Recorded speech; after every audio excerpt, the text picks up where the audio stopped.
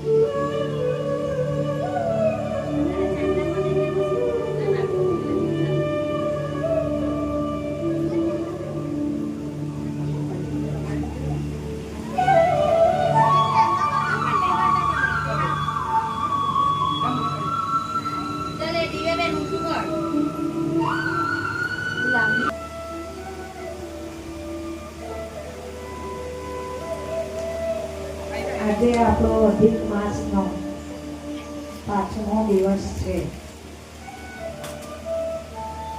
પાંચમનું વ્રત શિવ વ્રત છે. આજે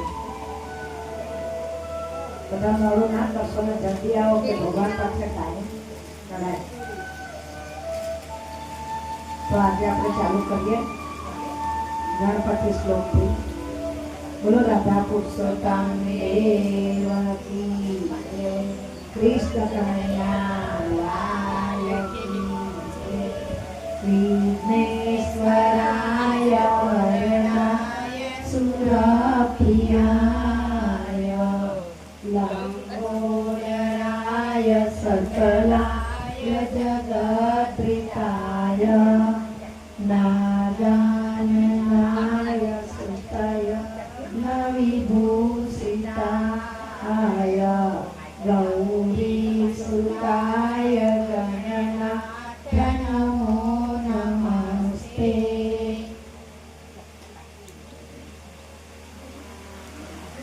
દેવસુતં દેવં કંસચારૂરમર્દનં દેવકી પરમાનંદં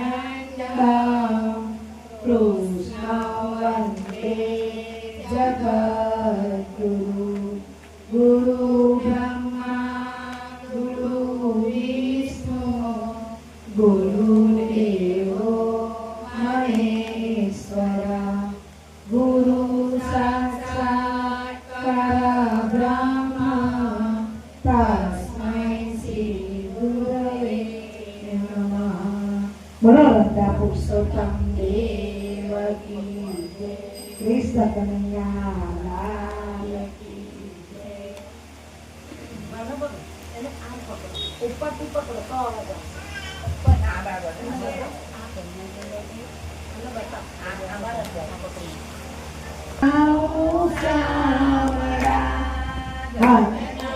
જળમાં કેસર દોરી સ્નાન કરાવું સાવરા. હલકે હાથે અંગો ચોરી લાડ લડાવું સાવરા. બસો અંગે રુચિ આપું પીરા પીતાંબર સાવરા. તેલ સુગંધી વાયુ નાખું આ કરિયા તુજવારમાં. કુમ કુમ કેરું તિલક સજાવું ત્રિકમ તારા બાલમાં. અલબેલી આંખોમાં આંધું અંજન મારા વાલમાં. હસતી જાઉં વાટે વાટે નાચી ઉઠું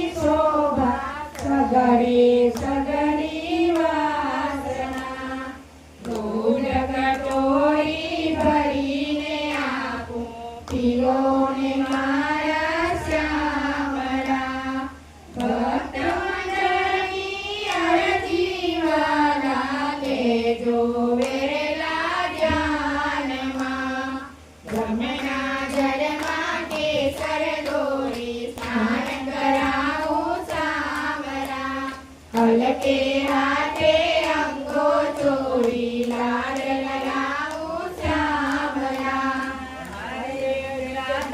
પુરુષોત્તમ સર્વોત્તમ જે કોઈ કરશે તે કરશે હારે નીતે માયાના સૌરભ પ્રકૃતિ ઉત્તમ જે કોઈ કરશે તે કરશે હારે લખ્યું બ્રહ્માએ નારદ પુરાણમાં હારે કહે સુખદેવજી વાર્તામાં માનયા હારે અધિક વાર્તા છે બારી કલ્યાણકારી જે કોઈ કરશે તે કરશે હારે કીધા કાનાને મન ગયા રાજન હારે કીધો સુખદેવનો પુત્ર સજીવન હારે વ્રત પુનિત પાવન અર્પણ ઉત્તરાયણ જે કોઈ કરશે તે કરશે હારે રતનવાળાઓ બંધન છોડાવ્યા હારે ઘણા ભક્તોના ભાગ્ય જગાડ્યા હારે કીધી માનરની મુક્તિ વ્રતની છે શક્તિ જે કોઈ કરશે તે કરશે હારે પૂરી મુદ્રાના ભાઈ મૈયાળિયા હારે વળી બ્રાહ્મણો જાને જમાડ્યા હારે કીધું જગમાયા મારા નામ પહોંચાડી મોક્ષધામ જે કોઈ કરશે તે કરશે હારે અધિક રાધા પુરુષોત્તમ વટ સર્વોત્તમ જે કોઈ કરશે તે કરશે હારે માયાના સૌરભ વટયતિ ઉત્તમ જે કોઈ કરશે તે કરશે શ્રી રામચંદ્ર કૃપાલુ ભજ મન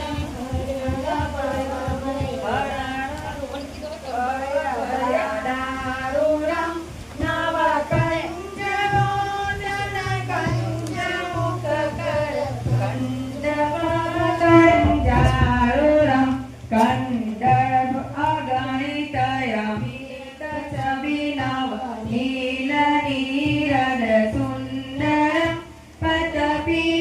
પતપીતમાનમ તડિત રુચિ સુચિ નેમિ જનક સુતા વરમ શિર કિરીટ કુંડલ તિલક ચારુ ઉદારયંગ વિભૂષણમ આજાનુજ સરજાપદ સંગ્રામજી કરદૂષણમ ભજડીન બંધુડીને સદાનવ તેજવંશમિંદનમ રઘુનંદનાનંદ કંજ કૌસલ્ય ચંદ્ર દશરથ નંદનમ ઇતિ વદતિ તુલસીદાસ શંકર શેષ મુનિ મંજરમ મન હૃદય કુંજ નિવાસ કુરુ કામાનિ કલદલ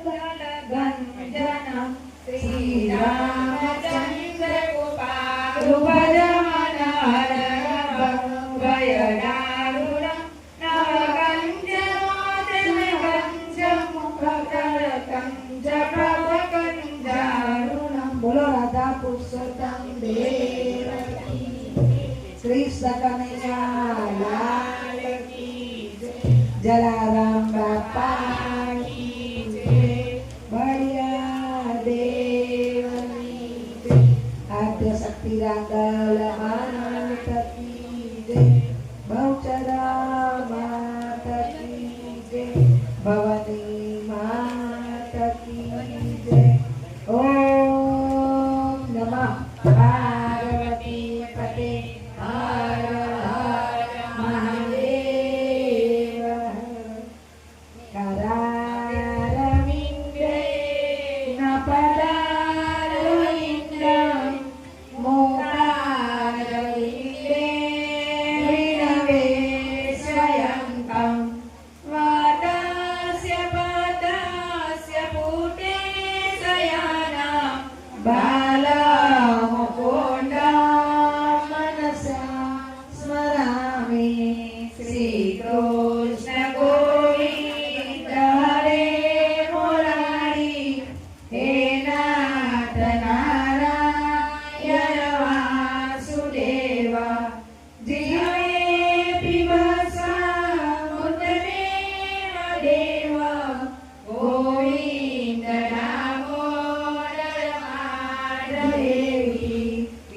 રે સુગામાં કિલો કન્યા મોરારી પાડા પિતરી તવોટી દરિયાની ગમો વરસાદ જોત ગોવિંદ રામો દરમાં દવેતી ડુંગરે ડુંગરે ગો કરતુ ગડબંગા સર્વનિકા સમાપ્ય યોગમ નોયાણી નામાણી પસંત્ય નિત્યમ ગોવિંદ રામો દરમાં દવેતી સુખમ સયાના નિરયે નિજેતી નામાની વિશે પ્રવદંતિ મર્ત્યા તેની સિદ્ધં ચંગદના વદંતિ ગોવિંદ નામો દરમાદવેતી જીગવે સદેવ વદસુંદરાણી નામાની પુષાસ્ય મનોહરાણી સમસ્ત ભક્તા દિવ્યાસનાની ગોવિંદ નામો દરમાદવેતી સુખાવસાને ઇદમેવ સારં દુઃખાવસાને ઇદમેવ ધ્યેયં દેહાવસાને ઇદમેવ જાયં ગોવિંદ નામો દરમાદવેતી શ્રી કૃષ્ણ રાધા વરગોકુલેશ ગોપાલ ગોવર્ધનનાથ વિષ્ણુ જીહવે વિભસ્વામૃતમે તદેવ ગોવિંદ નામો દરમાદવેતી જીહવે રસમે મધુરં પ્રિયાત્વં સત્યમિદં વા પરમં વદામિ આહ્વાનેના મધુરાસનાની ગોવિંદ નામો દરમાદવેતી સ્વામી વયાચે મમ દેવી જીવે સમાગતેરં દદરે ગુપ્તાને વ્યક્તામેવમેવ મધુરં સુભક્તા ગોવિંદ નામો દરમાદવેતી શ્રીનાથ વિશે સર્વીસ મોટે શ્રીદેવકી નંદને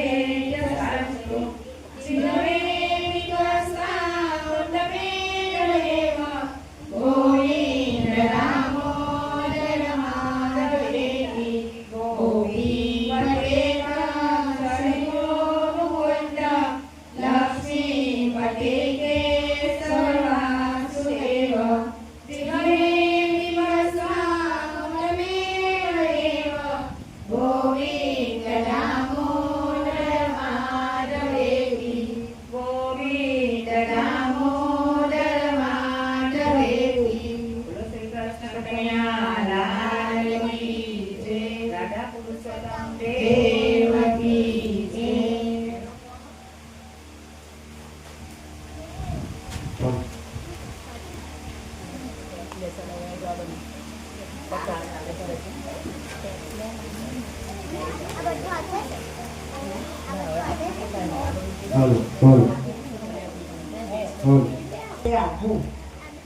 સૂત બોલ્યા.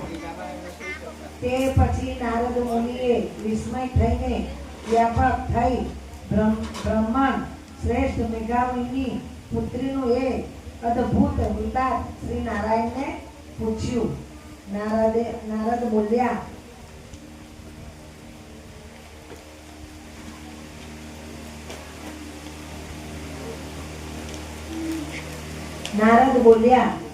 હે શ્રી નારાયણ મુનિ, મેઘાવી મુનિની એ કન્યાએ ત્યાં તપોવનમાં શું કર્યું હતું? કયા શ્રેષ્ઠ મુનિએ તેનું પ્રણ ગ્રહણ કર્યું હતું? શ્રી નારાયણ બોલ્યા, એ કન્યા ત્યાં રહેતી હતી અને પોતાના પતિને યાદ કરી પોતાના પિતાને યાદ કરી વારંવાર શોક કર્યા કરતી હતી. એમ તેનો કેટલોક કાળ વીતી ગયો. પિતાના વિના ઉજ્જડ ઘરમાં તે રહેતી હતી. ટોળાથી વિખૂટી પડેલી મૃગની પેઠે તેની આંખોમાંથી આંસુઓની ધારાઓ વહ્યા કરતી હતી. તેનું હૃદય કમળ બળ્યા કરતું હતું. લાંબા નિશાસાઓ તે નાખતી હતી. પૂરી મુશ્કેલી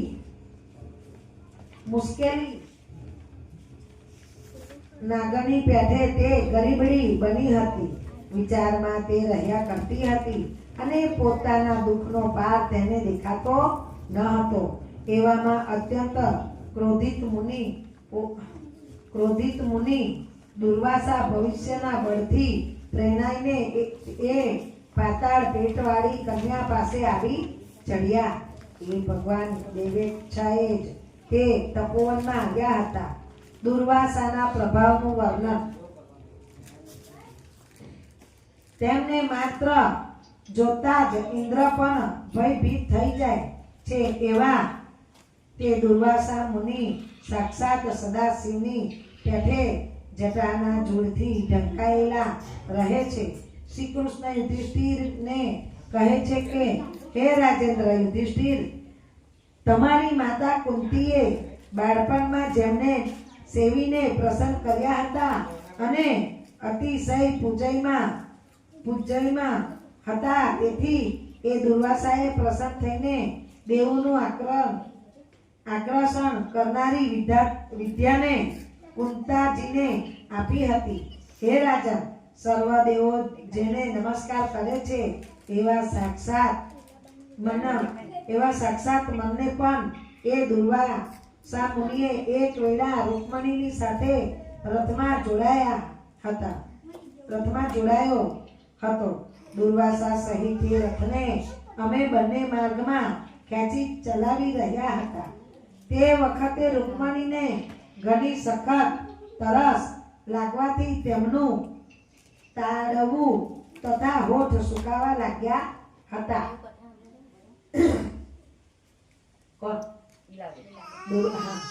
દુર્વાસા ઋષિ કોના રથમાં જોડાયા હતા? કૃષ્ણ ભગવાન અને રૂકમણી જોડે. કૃષ્ણ ભગવાન અને રૂકમણી જોડે. ત્યારે તેમને રૂકમણીને ખૂબ તરસ લાગી. તરસથી એનો કંઠ રૂંધાવા માંડ્યો અને હોઠ સુકાવા લાગ્યા.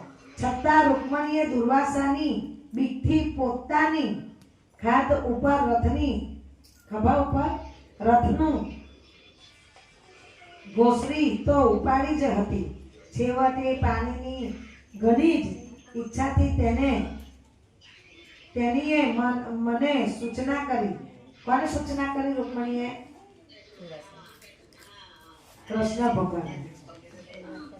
મને બહુ તરસ લાગી છે. કેમ કે દુર્વાસાની તેને બીક લાગતી હતી કે દુર્વાસા આંખના પલકા એટલા મોટા તપસ્વી હતા. શું? તો એને સૂચના કરી. એટલે પ્રિયના પ્રેમથી વ્યાપક થઈ મેં રથને ખેંચી ચાલતા જ દુર્વાસા ઋષિ રથમાં બેઠેલા જ છે અને રથ તો રૂકમણીને કૃષ્ણ ભગવાન ખેંચે જ છે, પણ તરસ ખૂબ લાગી છે. એટલે રથ ખેંચી ચાલતા જ પગના આગલા ભાગથી જમીન દબાવી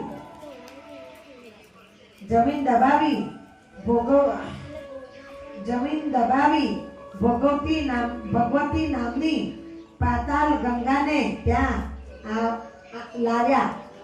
શું કર્યું? કૃષ્ણ ભગવાને ચાલતા જ જમણા પગના અંગૂઠાથી જમીન દબાવી અને ભગવતી દેવી ગંગાજીને ત્યાં પ્રગટ કર્યા રૂકમણી માટે.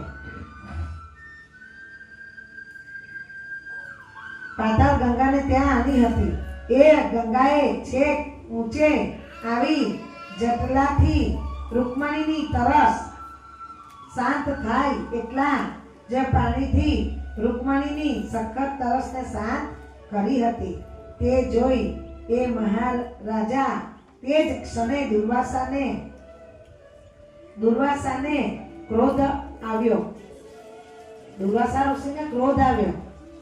શું ક્રોધ હતો? એ ક્રોધી મુનિએ પ્રલય કાળના અગ્નિની પેઠે જાને સળગી રહેલા હોય તેમ એકદમ ઊભા થઈ જઈ મને શ્રાપ આપ્યો હતો કે હે કૃષ્ણ, તમને રૂકમણી સર્વકાળ ઘણી જ વહાલી લાગે છે.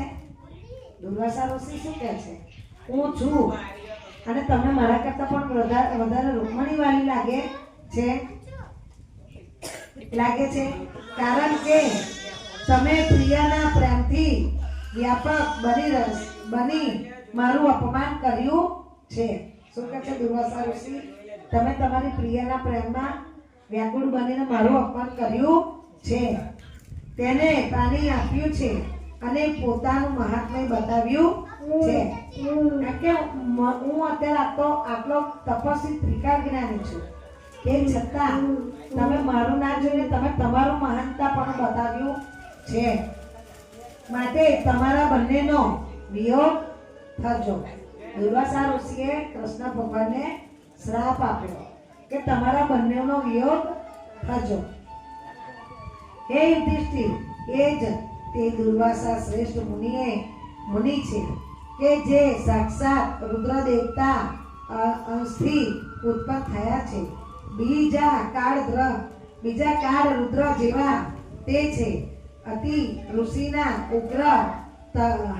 ઉગ્ર તપરૂપી કલ્પ વૃક્ષનું મહાદિવ્ય ફળ છે અને પતિવ્રતાઓના મસ્તક પરના રત્ન જેવી સતી અનસુયાના ગર્ભમાં તે જન્મ્યા છે. દુર્વાસા ઋષિ. વળી એ દુર્વાસા મુનિ બુદ્ધિમાન પણ છે. મૂર્તિમાન જાણે તપ હોય તેવા છે અને તેમનું શ્રેષ્ઠ મસ્તક એક તીર્થોના જળથી ભીની રહેતી જટાઓથી સુશોભિત રહે છે. દુર્વાસાનો સત્કાર. એ દુર્વાસા મુનિને આવતા જોઈ કુમારી મેઘાવતી શોક સાગરથી એકદમ બહાર આવી તેને એ ધીરજથી ઊભી થઈ મુનિના ચરણોમાં વંદન કર્યું અને જેમ સીતાજી વાલ્મીકી ઋષિને નમસ્કાર કરી પોતાના આશ્રમમાં લઈ ગયા હતા તેમજ નમસ્કાર કરી પોતાના આશ્રમમાં લઈ ગઈ. કોણ લઈ ગયું? મેઘાવી. દુર્વાસા ઋષિ જ્યાં મેઘાવી રહેતી હતી એ આશ્રમમાં આવ્યા. એટલે મેઘાવીએ એમને આવતા જોયા એટલે તરત સીતાજીની જેમ સીતાજી જંગલમાં હતા અને ઋષિ પધાર્યા હતા વાલ્મીકી સત્કાર કરીને દર્શન કરીને એમના ઝૂંપડીમાં લઈ ગયા. એવી રીતના જ દુર્વાસા ઋષિને મેઘાવી વંદન કરીને એમના સત્કાર કરીને એમની ઝૂંપડીમાં લઈ ગયા. આશ્રમમાં લઈ જઈ આસન આપી હળદ પાદ તથા જાત જાતના તપોવનના ફળ તથા પુષ્પો અર્પણ કરી એ મુનિને સ્વાગત પૂછ્યું. તેમજ એ બાળાએ આદર સહિત તેમનું પૂજન પણ કર્યું. પછી હે રાજા, વિનય સહિત એ મુનિ કન્યા આ પ્રમાણે બોલવા લાગી. ભલે દુઃખમાં શોક કરીને પડી હતી એના પિતાના મૃત્યુથી, પણ દુર્વાસા ઋષિને આવતા જોયા એટલે તરત ઊભી થઈને નમસ્કાર કરીને એમનો સત્કાર કર્યો. દુર્વાસા પ્રત્યે મેઘાવતીનું સ્વાગત અને વચન. બાળાએ કહ્યું, હે મહાભાગ્યશાળી, હે અત્રિ ઋષિના કુળમાં સૂર્ય સમાન આપને નમસ્કાર હો. હે સત્પુરુષ, મારા દુર્ભાગિનીના આશ્રમમાં આપનું પધારવું ક્યાંથી થયું? હે મુનિ, આપના પધારવાથી મારા ભાગ્યનો ઉદય થયો છે. અથવા હે મુનિ શ્રેષ્ઠ, મારા પિતાના પુણ્યના પ્રવાહથી પ્રેરણાઈ આપ મારી ખબર લેવાને જ પધાર્યા છો. આપ જેવા મહાત્માઓના ચરણોની રજ તીર્થનું તીર્થરૂપ હોય છે તેનો આજે સ્પર્શ કરતા મારો જન્મ સફળ થયો છે.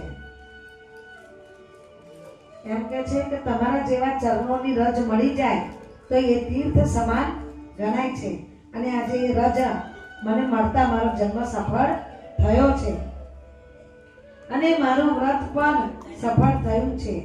એટલું જ નહીં પણ પુણ્ય થયું છે અને આજે મારો સંસાર પણ સફળ થયો છે, કારણ કે આપ જેવા મહાપુણ્યશાળી પુરુષ ના આજે મને દર્શન થયા છે. એમ કહી તે બાળા તેમની આગળ બોલતી બંધ થઈ ઊભી રહી. એટલે શંકરના અંશથી જન્મેલા મુનિ દુર્વાસાના મંદ હસ્યા સાથે આ પ્રમાણે બોલ્યા. દુર્વાસાને હસવું આવ્યું આ બધી પ્રાર્થના કર્યા પછી. એ મંદ ખુશ થયા. એમ બાળા દુઃખમાં શોકમાં હતી પણ એને કેટલું સરસ મારું સન્માન કર્યું છે. આપણી ઘેર કોઈ મહેમાન આવે અને આપણે આદર આપીએ તો એને કેટલો આનંદ થાય. એવો દુર્વાસા ઋષિને આનંદ થયો અને મંદ હસવા લાગ્યા અને એ સાથે આ પ્રમાણે તે બોલ્યા. દુર્વાસાના અભિનંદન. દુર્વાસાએ કહ્યું, ધન્ય ધન્ય ઓ બ્રાહ્મણની પુત્રી, તે તારા પિતાના કુળનો ઉદ્ધાર કર્યો છે. આવી તારા સખી પુત્રી થવી એ મેઘાવી ઋષિના ઉત્તમ તપનું ફળ છે. એમ કે તારા સંસ્કાર, તે તારા પિતાનું નામ કર્યું છે ઉદ્ધાર, તે મારો જે સત્કાર કર્યો છે, તું શોકમાં હતી તે છતાં ધન્ય છે તારા પિતાને, તે તારા પિતાના સંસ્કારને સાચવી રાખ્યા છે. તપનું ફળ છે. તારો ધાર્મિક સ્વભાવ પણ જાણી હું કૈલાસ પરથી અહીં તારા આશ્રમમાં આવ્યો છું અને તે મારું સારી રીતે પૂજન કર્યું છે. હે સુંદરી, હવે હું સનાતન મુનિ સ્વર શ્રી નારાયણ દેવના દર્શન કરવા જલ્દી બદ્રિકા આશ્રમ જઈશ, કેમ કે ત્યાં એ ભગવાન લોકોના કલ્યાણ માટે એકાગ્રસ્ત થઈ અતિ ઉગ્ર તપ કરી રહ્યા છે. મેઘાવતીનું દુર્વાસા પ્રત્યે દુઃખ નિવેદન. બાળા બોલી, હે ઋષિ, આપના દર્શનથી જ મારો શોકરૂપી સમુદ્ર સુકાઈ ગયો છે. હવે પછી મારું કલ્યાણ થશે કેમ એ આપે મારી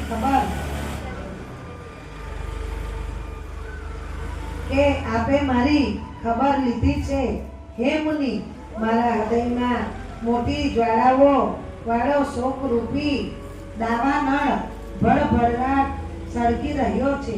તેને આપ શું નથી જાણતા? હે દયાના સાગર શંકર, તેને આપ શાંત કરો. હું સારી રીતે વિચાર કરું છું તો મને હર્ષનું કારણ થાય એવું કોઈ જ દેખાતું નથી. મારે માતા નથી, પિતા નથી કે મારે કોઈ ભાઈ પણ નથી કે જે મને ધીરજ આપે. દુઃખના દરિયામાં હું પીડાઈ રહી છું તો કેવી રીતે જીવી શકું? જે દિશામાં હું જાઉં છું તે મને શૂન્ય જણાય છે.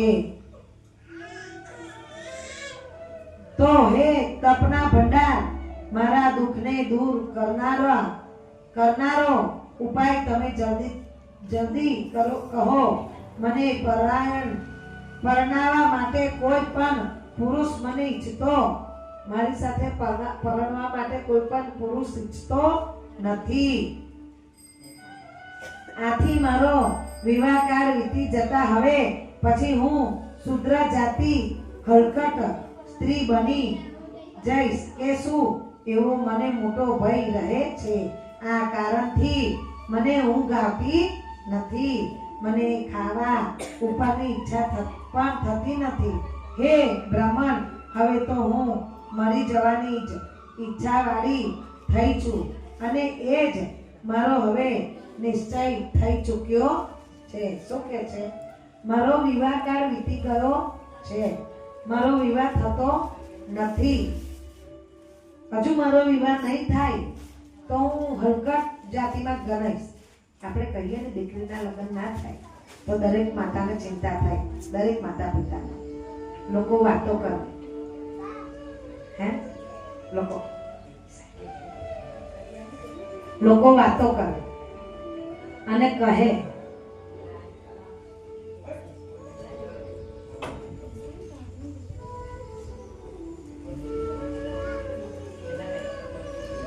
ના નથી,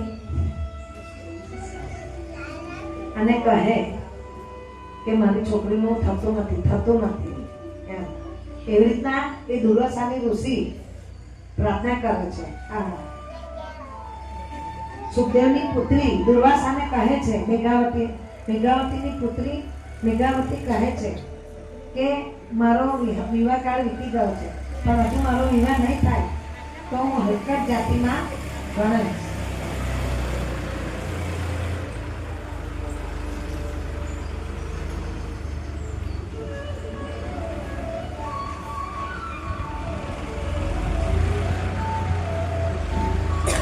મને ઊંઘ આવતી નથી અને ખાવા ઉપર ઈચ્છા પણ થતી નથી.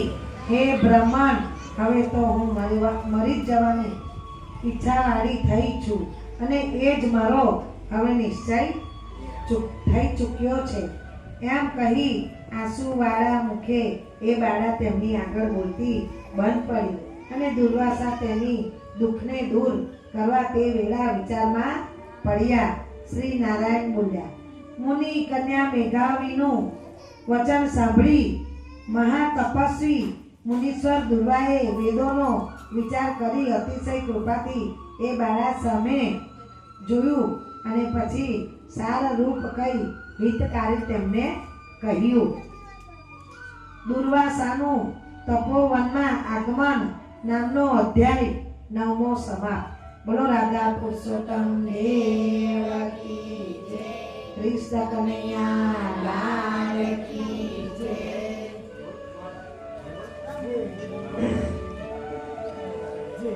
અધ્યાય 10મો. પુરુષોત્તમ માસના સેવન માટે દુર્વાસાનો ઉપદેશ મેઘાવતીને.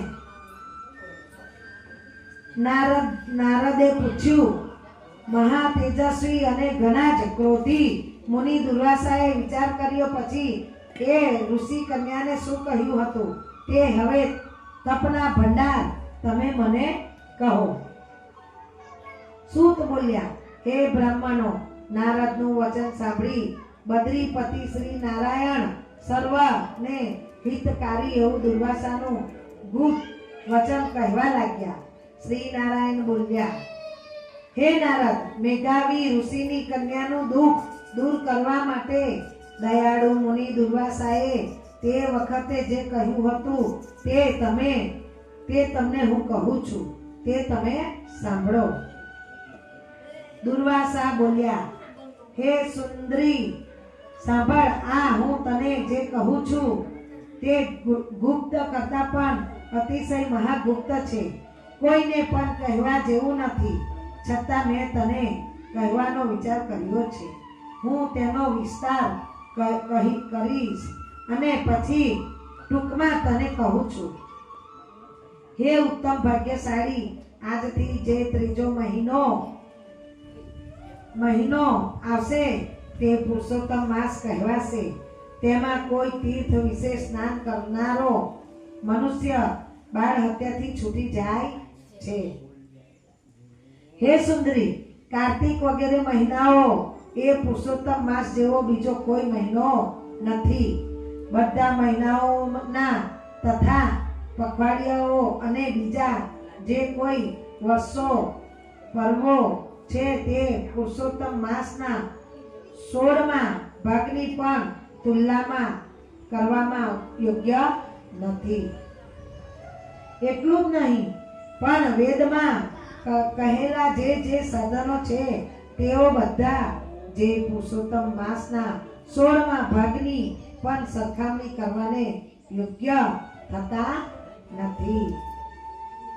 12,000 વર્ષો સુધી ગંગા સ્નાન કરવાથી જે ફળ થાય છે અને સિંહર રાશિના બૃહસ્પતિ થતા ગોદાવરીમાં એક જ વાર સ્નાન કરવાથી જે ફળ પ્રાપ્ત થાય છે તે જ ફળ હે સુંદરી પુરુષોત્તમમાં હર કોઈ સ્થળે પ્રાપ્ત એક જ વાર ઉત્તમ પ્રકારે વિધિપૂર્વક સ્નાન કરવાથી પ્રાપ્ત થાય છે.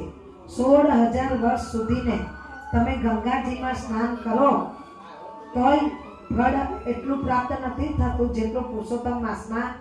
ખાલી તમે પુરુષોત્તમ માસમાં એક જ દિવસ ગંગાજીમાં કે આપણે તાપીમાં જઈને સ્નાન કરો તો પ્રાપ્ત થાય છે. હે બાળા, પુરુષોત્તમ નામનો એ મહિનો શ્રી કૃષ્ણને ઘણો જ વહાલો છે, માટે તેનું સારી રીતે સેવન કરતા બધું ઈચ્છેલું પ્રાપ્ત થાય છે. માટે તું જલ્દી અને પુરુષોત્તમ માસનું સેવન કરજે. હું પોતે પણ હર્ષથી એ પુરુષોત્તમ માસને સેવું છું. એક વખત મેં ક્રોધથી અંબરીશ રાજાને બાળી નાખવા અગ્નિની તીવ્ર શક્તિ કૃત્ય છોડી હતી. તે વખતે હે બાળા, પોતાના એ ભક્તની રક્ષા કરવા માટે શ્રી હરિએ બળબડતું સુદર્શન ચક્ર મને જ બાળી નાખવા માટે મારા તરફ છોડ્યું હતું. દુર્વાસા ઋષિએ અંબરીશ ઋષિને શ્રાપ આપીને બાળવા માટે બળબડતું ચક્ર છોડ્યું હતું, પણ એ ઋષિએ અધિક માસ પુરુષોત્તમ માસ કર્યો હતો અને એના જપ તપ કર્યા હતા, તો ભગવાને સુદર્શન ચક્ર છોડીને એ જે બળબડતું ચક્ર હતું એને દૂર કર્યું હતું. એટલે એમ કે છે હું પણ આ અધિક માસની આગળ તુચ્છ છું. પાછું ફર્યું હતું. હે સુંદરી, એ ચક્ર ત્રણેય લોકને બાળી ભસ્મ કરવા સમર્થ છે, છતાં એ વખતે મને તે કંઈ પણ કરી શક્યું ન હતું. તેથી મને આશ્ચર્ય થયું હતું. મને પુરુષોત્તમ માસના વ્રતનો પ્રભાવ સમજાયો હતો. માટે ઉત્તમ ભાગ્યશાળી તું શ્રીમાન પુરુષોત્તમ માસનું સેવન કર. એમ તે મુનિ કન્યાને કહી મુનિઓમાં શ્રેષ્ઠ દુર્વાસા બોલતા બંધ થયા હતા. શ્રી કૃષ્ણએ કહ્યું, હે રાજા યુધિષ્ઠિર, દુર્વાસાનું સેવન તે વચન સાંભળી એ બાળા ભાવિની પ્રેરણાય મૂઢ બુદ્ધિને લીધે અદેખાઈથી પ્રેરણાઈને મનમાં ક્રોધથી યુક્ત થઈ મુનિ શ્રેષ્ઠ દુર્વાસાને કહેવા લાગી.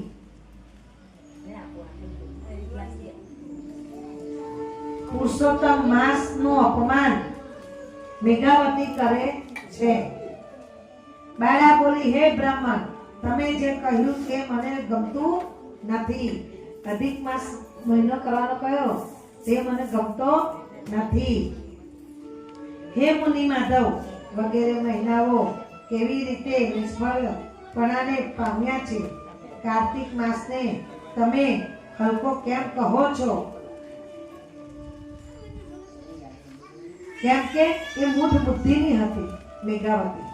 એટલે એ ઋષિને દુર્વાસા ઋષિને કહે છે આવી રીતના, તે કહો વૈશાખ મહિનાને સેવ્યો હોય તો એ ઉત્તમ ઈચ્છિત શું નથી? આપણે સદાય શિવ આદિ દેવોને સેવ્યા હોય તો તેઓ શું ફળદાયી થતા નથી? અથવા સૂર્યદેવ પૃથ્વી પર પ્રત્યક્ષ પ્રદર્શન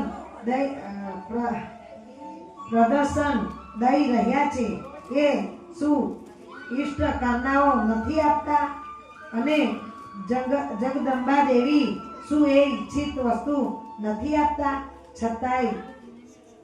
છતાંય વ્યાપી પાપ આદિ યોગોને તથા શંકર આદિ સમગ્ર દેવોને ઓળંગી તમે મને પુરુષોત્તમના વખાણ કહો છો.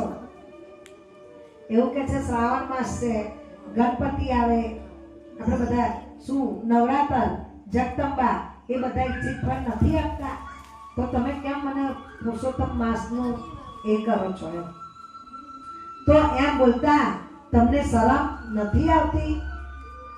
એ મહિનાનો તો મલિન છે, સર્વ કર્મોમાં નિંદાયેલો છે અને સૂર્યના સંક્રમણ પ્રવેશથી નથી અને એ રહિત છે. તેને હે મુનિ શ્રેષ્ઠ કેમ મનાય? હું તો સર્વ દુઃખોથી છોડાવનારા શ્રી હરિ ને જ શ્રેષ્ઠ સમજુ છું. હે ભૂદેવ, રાત દિવસ હું વિચાર કરું છું. જાનકી પતિ શ્રી રામચંદ્ર તથા પાર્વતી શ્રી શંકરથી શ્રેષ્ઠ બીજો કોઈ મને દેખાતો નથી. એવો બીજો કોઈ પણ મહાન દેવ નથી કે જે મારું દુઃખ દૂર કરી શકે.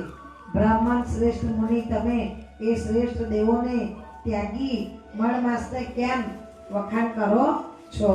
દુર્વાસાનો ક્રોધ. બ્રાહ્મણ પુત્રી મેઘાવતીએ એમ કહ્યું ત્યારે ક્રોધી સ્વભાવવાન તે દુર્વાસા મુનિ ક્રોધને લીધે શરીર અતિશય સળગી ઉઠ્યા. તેમના નેત્રો ક્રોધથી લાલચોળ બન્યા. તો પણ પોતાના મિત્રની પુત્રી એ મેઘાવતી ને તેમને શ્રાપ આપ્યો. તેમને દયા આવી ગઈ અને તેમને દયા આવી ગઈ કે આ મૂઢ છોકરી હિત વૃદ્ધિને પણ સમજવું મુશ્કેલ છે. તો ઓછી બુદ્ધિવાળા લોકો એને ક્યાંથી સમજી શકે? અને તેમાં આવી નાની છોકરીઓ તો એને ખાસ ન સમજી શકે. આ બાળા હજી કુંવારી છે અને હમણાં જ બાપ વિનાની થઈ પડી છે. તેથી દુઃખરૂપ અગ્નિથી તે બળી રહી છે. તો અતિશય ઉગ્ર મારા સાપને તે કેમ સહન કરી શકશે? આની કૃપાથી દુર્વાસા મુનિએ મનમાં રહેલા ક્રોધને સંકેલી લીધો અને પછી સ્વસ્થ થઈ તેમને અતિશય વિહળ બની તે બાળાને કહેવા લાગ્યા, પુરુષોત્તમ માસના અપમાનનું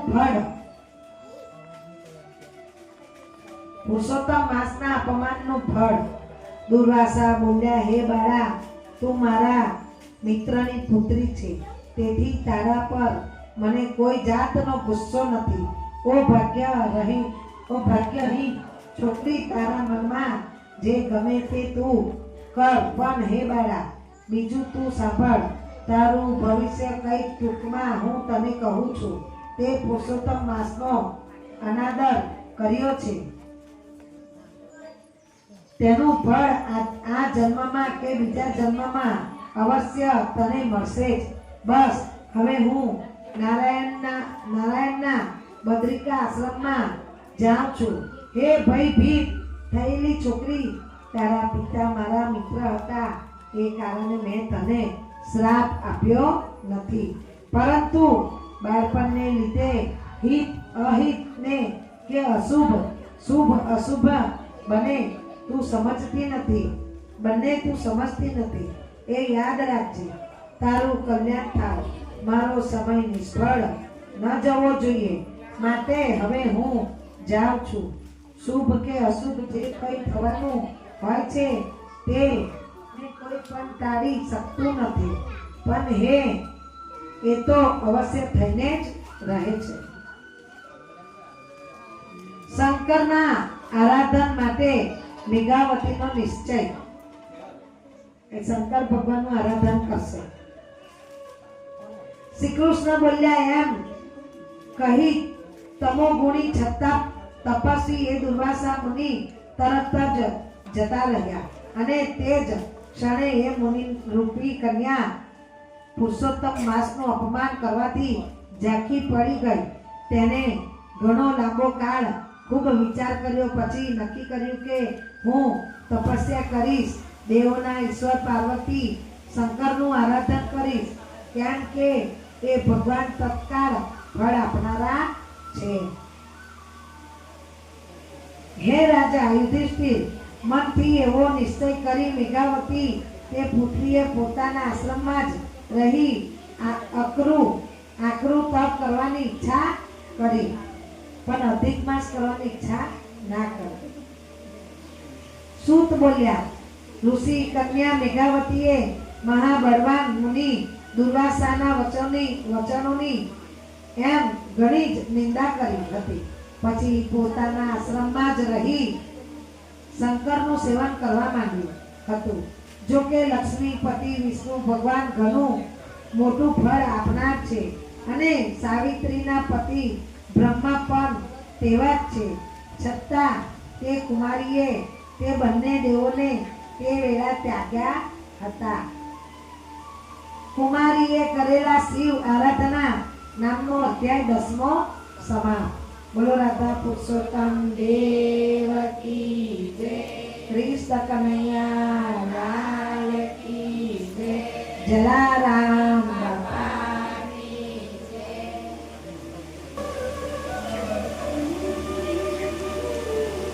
બોલો રાધા પુરુષોત્તમ દેવ કી જય, કૃષ્ણ કનૈયા લાલ કી જય. આજની વાર્તા અધિક માસ મળ માસના તપનું ફળ. આપણી પાસે ધન ના હોય એવું કઈ છે ને કે ભક્તિ કરીએ તો ધનની જરૂર પડે. આ વાર્તા એ બોધ આપે છે.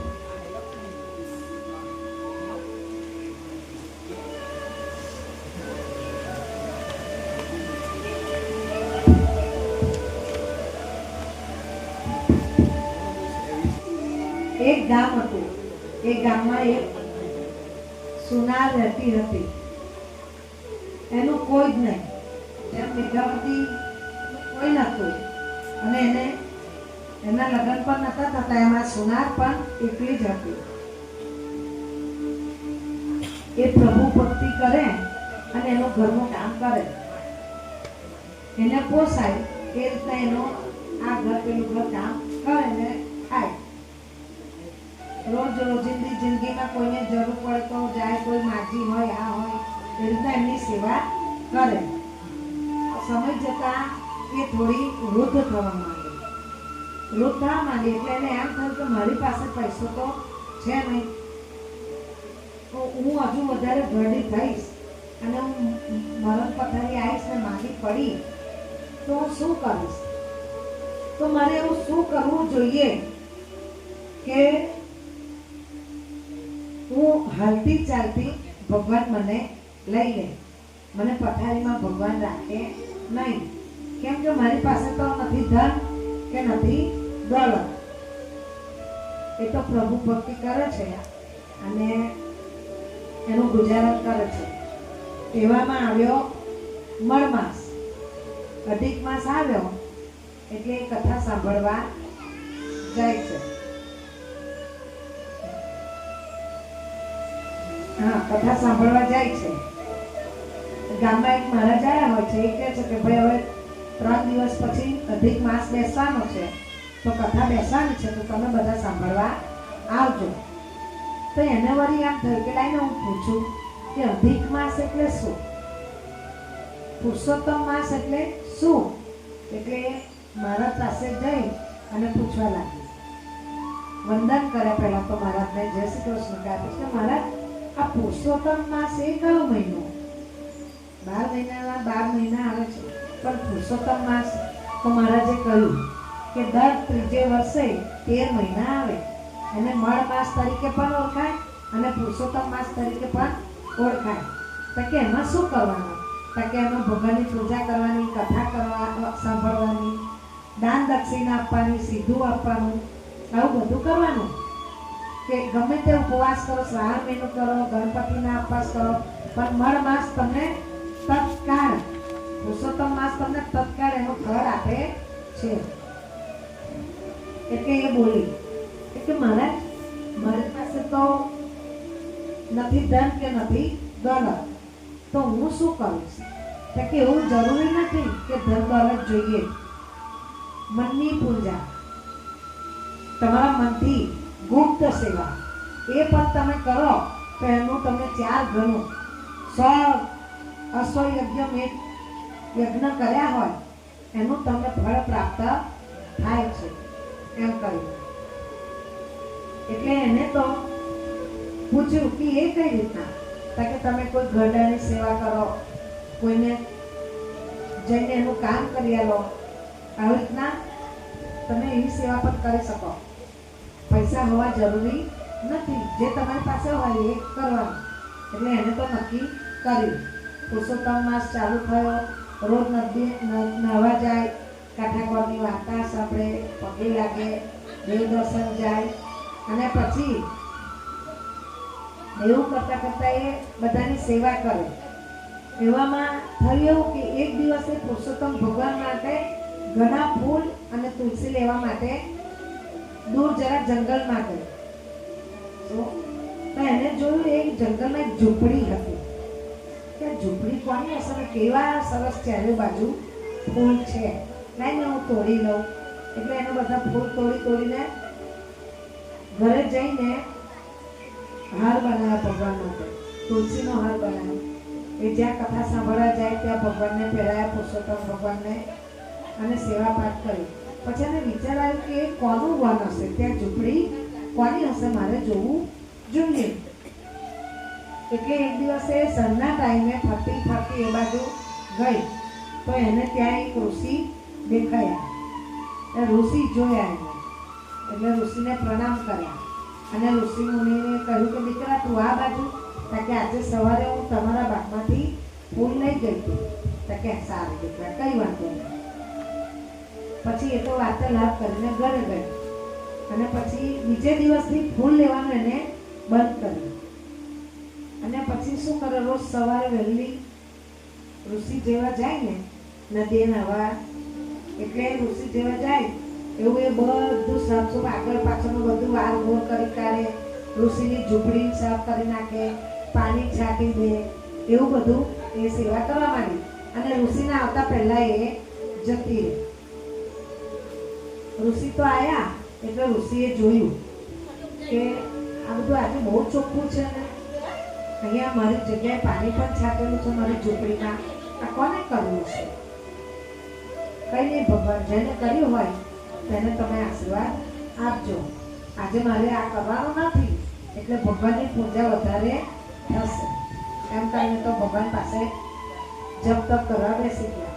આવી રીતના એ સોનારમ તો રોજ આવે અને રોજ છાની માની આવીને એમની ઝૂંપડી સાફ કરી જાય, સેવાના ફૂલ તોડીને ત્યાં મૂકી જાય, એ પૂજા કરે ને એ પૂજાની તૈયારી કરી જાય, ભગવાનનું પાણીથી માંડીને બધું જ મૂકી જાય.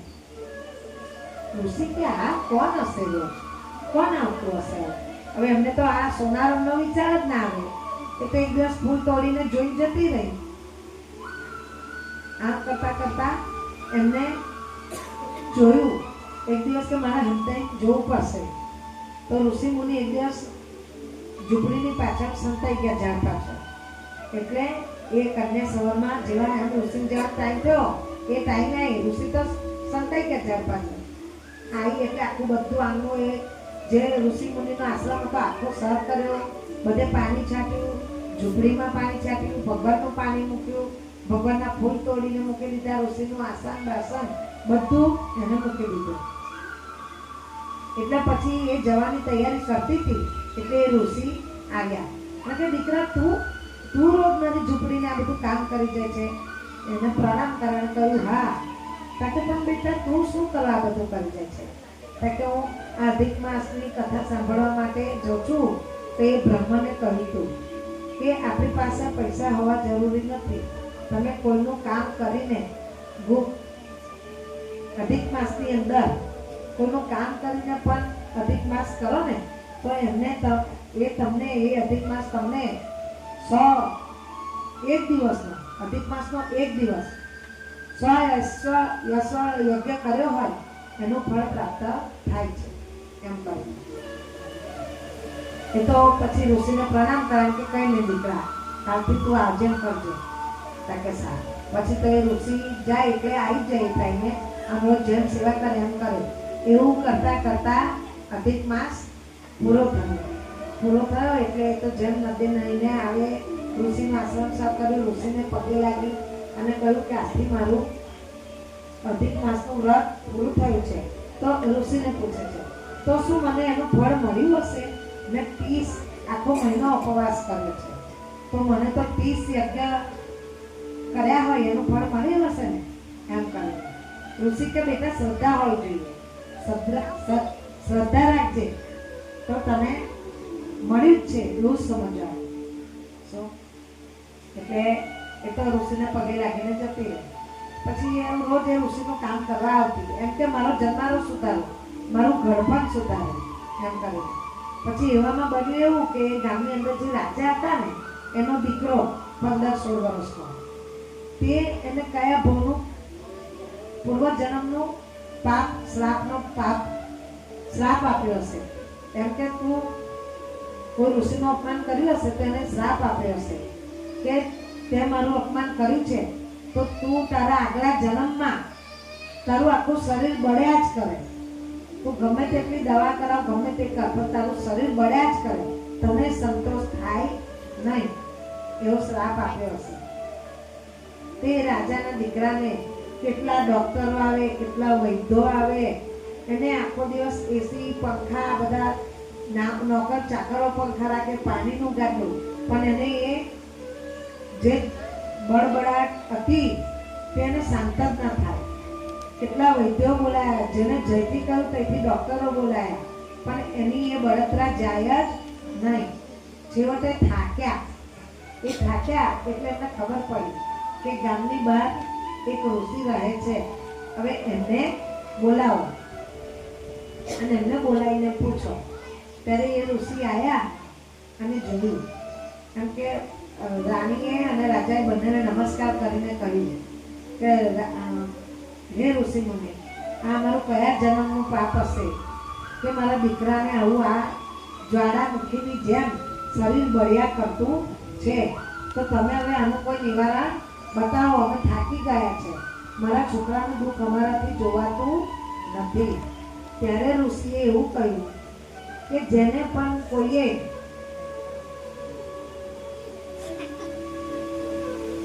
યજ્ઞ કર્યો હશે તે 5 યજ્ઞનું ફળ આપે તો તમે એનો આ બળબડાટ સારી થઈ જશે. એમ કરીને ઋષિ તો કહીને ગયા કે હવે 5 યજ્ઞ કોને કર્યા હશે? કઈથી લાગી? બધા સૈનિકો દોડાયા ચારે બાજુ કે જેને પણ યજ્ઞ કર્યા હોય તેને તમે તેડી લાવો, મારા છોકરાને એનો ભોગ આપે તો મારા છોકરાને આ દુઃખમાંથી નિવારણ થાય. એમ કરે બધા બધે દોડ્યા, બધે જ, પણ કશે કોઈ એવું મળ્યું નહીં. ત્યારે પેલી સોનારના કાનમાં અવાજ આવે કે બધા કેમ આટલા દોડે છે? બધા ગામમાં ઉભા વાતો કરે કે બિચારા રાજા પાસે આટલું ધન છે પણ એનો એકનો એક દીકરો આટલો બધો પીડાય છે, કોઈ મળતું નથી, કોઈ એક યજ્ઞનો મળી જાય તો પણ એનું દુઃખ ઓછું થાય. એટલે સોનાર અને સાંભળ્યું, એને વિચાર આવ્યો કે લાઈને મેં તો અધિક માસ કર્યો અને મને આવું કહ્યું તું કે આખો અધિક માસ કરે એને યજ્ઞનું ફળ મળે છે, તો મેં તો આખા 30 દિવસ કર્યો છે, તો 5 યજ્ઞનું ફળ હું એને આપું અને જોઈ પણ લઉં કે મારો અધિક માસ સાચો છે કે નહીં. એમ કર્યું. એટલે તો કીધું કે રાજાને ત્યાં ગઈ અને રાજાએ સૈનિકે કીધું કે બોલો બેન, કે હું રાજાને મળવા માંગુ છું, એમના દીકરાનું દુઃખનું નિવારણ લઈને આવી છું. એટલે સૈનિકો એમને અંદર લઈ ગયા સોનાને. એટલે પૂછ્યું બોલો બેન, કે હું તમારા છોકરાને 5 યજ્ઞનું ફળ આપવા માંગુ છું. કે તમે કર્યા છે?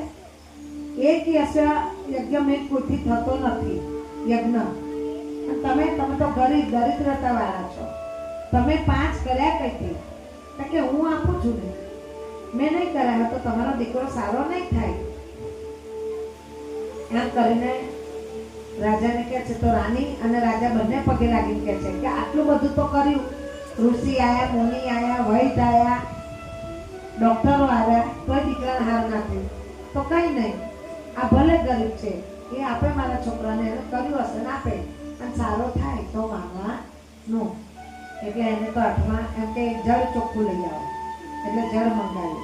હાથમાં અંજલિ લઈને બોલી કે મેં તન મન ધન વચનથી આ અધિક માસ આખો કર્યો હોય અને મને 30 યજ્ઞ મેઘનું ફળ પ્રાપ્ત થયું હોય તો હું મારું 5 યજ્ઞ મેઘનું ફળ આ રાજાના દીકરાને આપું છું, અર્પણ કરું છું. એની આજે દુઃખ નિવારણ બળતરા દૂર કરજો હે પુરુષોત્તમ ભગવાન. એમ કરીને એના શરીર પર પાણી છાંટે છે અને એના રૂમમાં ચારે બાજુ પાણી છાંટે છે. એ જળની અંજલિ આપે છે.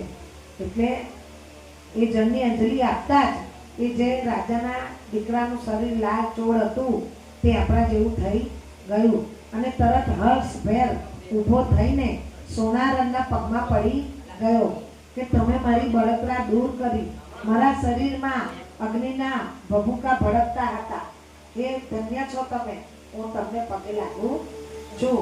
વંદન કર્યા.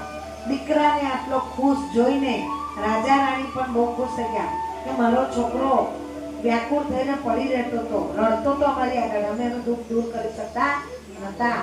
તો રાજા ને રાણી પણ એ સોનારણના પગમાં પડી ગયા અને કહ્યું કે હે સોનારણ, તે અમારા દીકરાનું દુઃખ દૂર કર્યું છે, માટે તું બોલ, તને અમે શું આપીએ, તારી અમે શું સેવા કરીએ. ત્યારે સોનારણે એવું કહ્યું કે તમારો દીકરો સારો થયો એટલે મને બધું પ્રાપ્ત થઈ ગયું, મારે કંઈ પણ જોઈએ નહીં, બસ ખાલી તમે અધિક માસ આવે એ અધિક માસ તમે કરજો અને પુરુષોત્તમ ભગવાનની સેવા કરજો અને ગરીબોને અન્નદાન વસ્ત્રદાન કરજો. એ બધું તમે એટલું કરશો તો મને બધું મળી ગયું. એમ કરીને સોનારણ કહે છે અને ત્યાંથી રજા લઈને જાય છે. અને રાજાને રાણી ને એનો દીકરો એ પણ ખુશ થઈને ત્યાંથી છોકરાને રાજગાદી બેસાડવાનું નક્કી કરે છે. હે પુરુષોત્તમ ભગવાન, તમે જેવા સોનારણને અને સોનારણના અંજલિના છાતાથી રાજાને દીકરાને સારો કર્યો એવા અમને સૌને પણ આવા સારા ફળ આપતા રહેજો. બોલો રાધા પુરુષોત્તમ દેવકી જય, કૃષ્ણ કનૈયા લાલ કી જય.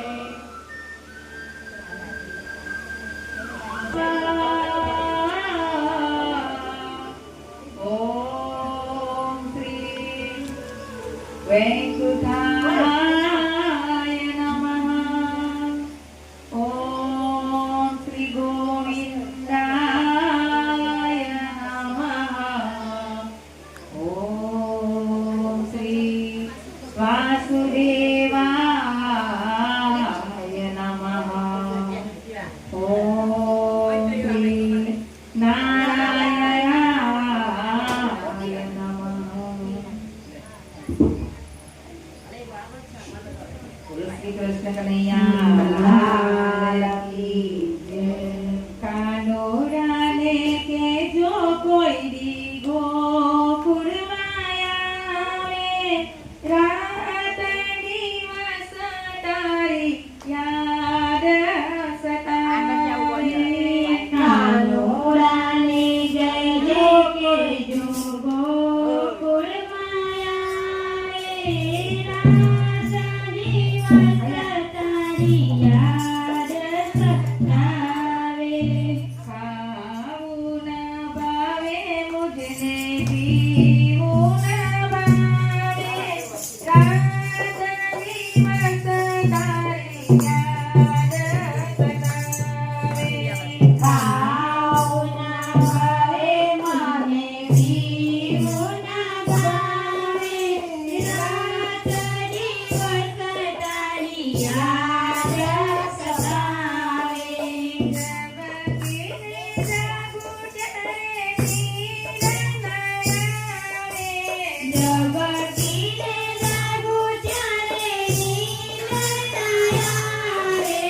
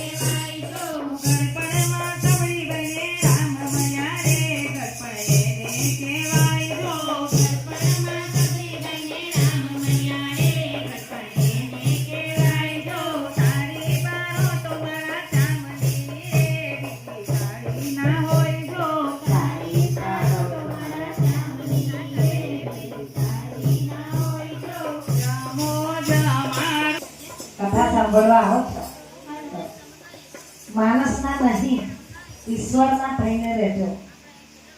માણસના નહીં, ઈશ્વરના આધારે તમે રહેજો. કારણ કે ઈશ્વર સંભાળી લેશે અને માણસ સંભળાવી દેશે. એટલે ભગવાનના આધારે રહેજો. બરાબર? કેમ? દુનિયા સાથે વાત કરવી હોય તો ફોનની જરૂર પડે છે. દુનિયા સાથે વાત કરવી હોય તો ફોનની જરૂર પડે છે.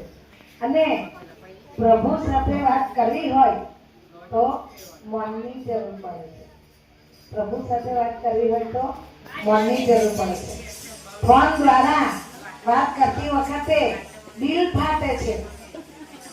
ફોન દ્વારા વાત કરતી વખતે દિલ ફાટે છે. અને ભગવાન સાથે વાત કરવા પર હૃદય આપણું, ભગવાન સાથે વાત કરવા પર હૃદય ભગવાનને હૃદય આપવું પડે છે. જેમ આપણે ભગવાનને ભાવથી ભજીએ ને એમ ભગવાનને પણ આપણે ભાવથી ભજીએ ને તો ભગવાનના આધારે કેમ રહેવાનું? ભગવાનના આધારે નહીં તો ભગવાનને આવવું જ પડશે. એટલે હૃદય, ભગવાનને આપણને હૃદય આપવું પડે છે.